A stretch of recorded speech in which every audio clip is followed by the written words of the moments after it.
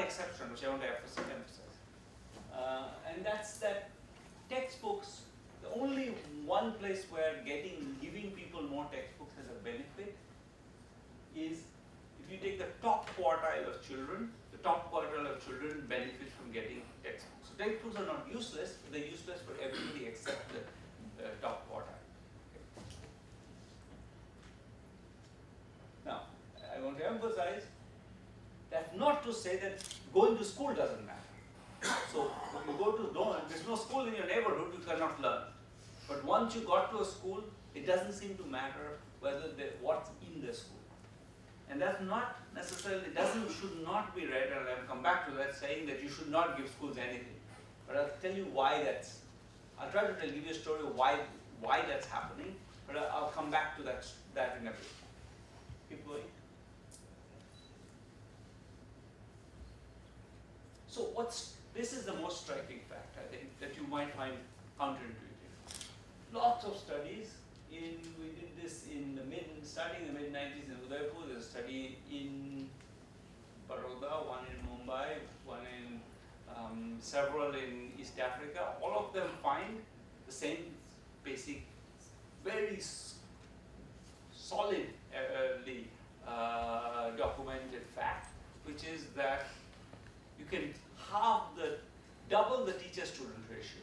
So go from 40 children per teacher to 20 children per teacher. That's the one we studied in Baroda. So massive reduction. Nothing happens.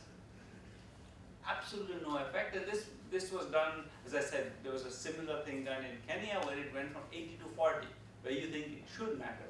Even there it doesn't matter. And really doesn't matter. It's not that there's something that if you squinted, you would see some difference. Really, you can precisely see no effect. So what? So this was. Let me come back to it. There were just many different programs which always find the same. Good. Now, one answer to this question of why this doesn't matter, I think is the wrong answer, but it's an important point to be addressed, which is that there's lots of evidence that teachers don't actually come to school. This is the average for different countries, and India is one of the highest. So 25% of the time when you go in, a teacher is not in school on a day she should be. That's an underestimate, a massive underestimate of the kind of the slack in the system, in the sense that another 25% of the time she's not teaching. When she's in the school, she's not teaching. She's drinking tea, she's doing something else. So teachers teach 50% of the number of hours they're supposed to teach. This is the ASEP data? No, this is from the World Absenteeism Survey. This was a survey, a comparable survey that was done in a bunch of countries. But I think that in some sense that's important, but it's a red herring from the point of view of the question we're interested in. Why is it that when you add teachers, we don't get gains? That question, well, if teachers are often absent, then adding teachers might actually help more, not less. You should add more, because after all, both teachers show up. When class is empty and you add a teacher, then the class is usually one of them shows up, so the class runs. So actually adding teachers is perhaps more valuable when you have less teachers, when teachers don't show up than when they do show up. So I think this is an answer people have proposed, but I don't think it's the right answer. I don't think it is because some teachers show up only 75% of the time, that when they show up, we add teachers, that doesn't have an effect. That's sort of, I think that's an answer that's tempting, but I think it's incorrect. Let's move on. So, now here's the good news. The good news, and what I want to do is, let me tell you a little bit of the plot where I'm going. So, I'm going to tell you a bit about, we've talked about the bad news. I'm going to talk a little bit about the good news. The good news is very important, because then I'm going to come back and ask the question, how do we square the circle? why does this good news and the bad news coexist? And I'll come back to that question. So what I want to take you through is some good news. You've heard the bad news that it doesn't matter if you add teachers, children are not learning. It doesn't matter if you give them textbooks. And then I want to give you what does matter. Can you do anything? The answer is yes. It's actually very easy to change learning levels. Lots of evidence, now increasingly worldwide, but a lot of the evidence from India. So if you provide teacher with small incentives, that matters. So there's a very nice study in Andhra Pradesh where they offer teachers a small bonus, 3% of annual salary, 3%. For if your children perform better. That had very large effects. How do you mean very large effects? Well, where people in the educational literature measure very large effects is by asking what proportion of the gap between the worst performing children and the median child have you closed. So the middle child and the worst performing child, what proportion of the gap have you closed? So if you give teachers this 3% incentive, you close half the gap. The worst children can move up half the way. Okay, so that's a big gain, because those kinds of those children, the worst children you think were completely lost, and now they're halfway up towards. So now keep going. But it's not just a matter of, I don't think the message you should take away from that sentence I just said is that you need to provide incentives. Maybe that might be part of the answer, but the more important part of the answer is that you need to focus on learning. So what systematic evidence we have is that if you actually try to teach children what they don't know, then they learn very fast. I think that's the most systematic evidence is that point. So it seems obvious. Except that's not what any education system in India does. In India we have a syllabus. A syllabus which in class 1 we have class 1 syllabus. After the first 6 months we don't teach you anymore the alphabet. We teach you words. After in class 2 we teach you words. In class 3 we read. Class 4 we do social studies. So we have a syllabus. And the syllabus is, the implementation of the syllabus is neutral to whether children are actually at that level or not. That's sort of a core fact embodied in our right to education law. Our right to education law says that schools have to teach the syllabus. Irrespective, they don't say anything about whether the children can learn the syllabus or not, because then the children can, as you saw, if only 50% of children in class 5 can read at second grade level, or a third of the children in class 4 can read at second grade level, what are they doing in social studies class? What are they reading? Since they can't read, half the children in 4th grade can read at first grade level, which means they can recognize letters. What are they doing with the social studies class? So it's a very core, very obvious, but it's not what we do. We don't teach children where they are, we teach children where we want them to be. We have a theoretical notion of where children should be, and we teach them there. That's our core model. Now, if you recognize that, then everything I'm going to say about where the gains are is obvious. So this is very long term ago. There's a program in Bombay called Bal Saki, the Bal Saki program run by Pratham in L Ward. And we did a randomized control trial on this. These teachers were class 10 pass girls from the neighborhood who were paid 1,000 rupees a month. Even then, 1,000 rupees a month is not a lot of money. And the basic outcome of that was, keep going. So after 2 years, they closed 60% of the gap. That number means 60% of the gap between the bottom child and the median child was closed after 2 years. 2 years of exposure to this semi-educated teacher. Our teachers all have B.Ed degrees and they get 20 days of training a year. These Pratham teachers were trained for 3 days, total. So our teachers who are trained I don't know, over their lifetime they're trained for 600 days. These people were trained 3 days. Okay, keep going. This is in Jaunpur. You know, this was in Jaunpur is pretty much like the rural India average. Jaunpur is in East UP. Those of you who don't know where it is. And in Jaunpur, we found that, keep going.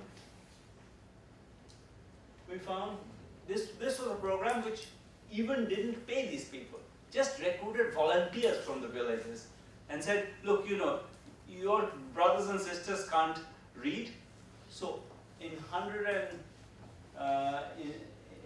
out of 260 villages, in 65 villages, these volunteers which were randomly chosen, these volunteers were given some 2 days of instruction, some encouragement to go teach their neighborhood kids. What happened? You get very large gains again, same order of magnitude as before. So they were given 1 week training. So I won't go through all the details, but over a year, this meant that 35% who could read letters at the beginning of the year were put into this, could read a whole story. That's a massive gain if you think that most people, you know, half the people in class 4 can't read a story. So this was a massive gain. You can get it out of people who have no training, no incentives, nothing. Just, you know, no explicit incentives, nothing. Keep going. So here's an interesting example. Then Bihar has the highest teacher absence rate in the country, 42%. In Bihar, so these teachers, the government school teachers were given a special training and asked to conduct summer school for 4 to 6 weeks. So this was special training for the government teachers. They were paid a stipend, but these were the same government teachers who never come to school. You get a gain of about, this is 0.2 of the difference between the worst performing child and the median child, but only 20% basically showed up. So that's like, if everybody showed up, you would get a 1 standard deviation gain, meaning the full difference between the worst performing child and the median child would have been covered. So this is massive. These are all government teachers. These are the same government teachers who are otherwise known for not attending and are generally seen as the source of the problem, but they could also do it. And similar results we are now in Ghana, similar study has been done, etc. So I'll just, getting too excited. So I'll skip this. So also skip this. I'm going too slow. Okay. So that I want to. This is there are many studies. There's other studies as I didn't talk about in Kenya, in Ghana, more studies in Bihar, which all find very large gains when you do what I said, which is focus on where the child is and teach him. A different way to get at this was a computer-assisted learning program, which we studied in Baroda. This is in 2000. So in 2000, many of you in the room were in primary school, but those of you who weren't, remember computers were not very effective. So in those days, these were really primitive computer programs, which were in Baroda. The government had bought a lot of computers, municipal government, but they were in boxes. So we went and told them, look, why don't we put this up and put some software on it? So basically, every child in the school got an opportunity to spend 2 hours a week on a computer, not alone, with someone else, just 2 hours a week with someone else. What were they doing? They were playing a game where you solve a little arithmetic problems, like you add 4 plus 6, if you can solve it, you get a slightly more difficult problem, 7 plus 23, then it gets a bit more difficult, etc. If you can solve these problems, 5 or 6 of these problems, then you get, it's a very politically correct game, so you get to shoot garbage into outer space. But actually the key word is shoot there. So this was an exciting thing to do. The kids were very motivated to do it. And it generated, keep going, very large gains. As I said, half a standard deviation of Indian, that's half the distance between the worst performing child and the median child, out of 2 hours a week. Why do I say this is similar in some sense to the previous one? Well, this is the key to this program was that it was giving children the opportunity to learn where they were. So if you were bad at 3 plus 5, this gave you a lot of practice in 3 plus 5. If you could do 3 plus 5, but you couldn't do 17 plus 27, then this gave you practice as 17 plus 27 because it got progressively more difficult. So if you couldn't solve 3 plus 5 and then you can solve it, you get a little reward. So again, it's teaching children where they are rather than where you want them to be. That's the only general point I want to make here. Okay, keep going. So now, so I've said two things now. I've said, one, that it's very easy to get children to improve. Very cheap, very easy. Second, I said, it doesn't seem to be, happening. We see very poor results. Now, one way to think about this question is, therefore, maybe it's because these children, there's something wrong with the parents of the children or something. So they're not pushing these children enough. They can learn, but somehow something's not happening there. Why aren't they learning? So let me so one thing that's consistent with that view is that children clearly don't come to school. We talk about teachers not coming to school. In Bihar, if you go to school after lunch, about half the children come to school. So it's definitely true that children don't come to school. But that I see as being the result. But remember, these are children who are in class 4. They can't read. They're learning social studies. If I was there, I wouldn't be school either. I think this idea that these children should be in school, given that school is an ongoing nightmare where nobody's trying to communicate with you, is not so surprising. Now, I keep going. However, one place to look at this question of whether or not it's kind of demand that's if parents are more serious about it, would this problem somehow be solved, is to look at private schools. So let's look at private schools. So I already told you something that is, I think, is very is illustrative of what I'm going to say in a minute, which is that, keep going. Okay.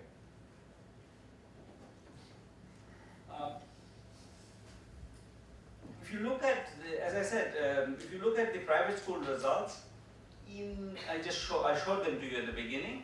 Private school children do better, but that just means 60% of them can read at second grade level in class 5, not 100%. So they don't do that much better. Now, one way to look at that question is to try to, and remember, the private school children are privileged in a variety of ways. They're typically richer. Typically, their parents care more about education. Their parents are, even when you look at children there are often families where one child goes to private school, another goes to government school. If you look at that child who goes to private school, he gets other privileges. He doesn't have to take the cow out in the morning. He gets to do homework. So he's getting more advantages than just going to private school. So even this difference that we see, the small difference, is actually bigger than the difference, the real true difference. The true difference has to be smaller than that because these guys are clearly getting additional advantages. So there's a nice study again in Hyderabad, which now basically gives children vouchers to go to private school. And it looks at what happens to their learning level. So what happens when you get vouchers, in Hyderabad at least, is you send your child to an English medium private school.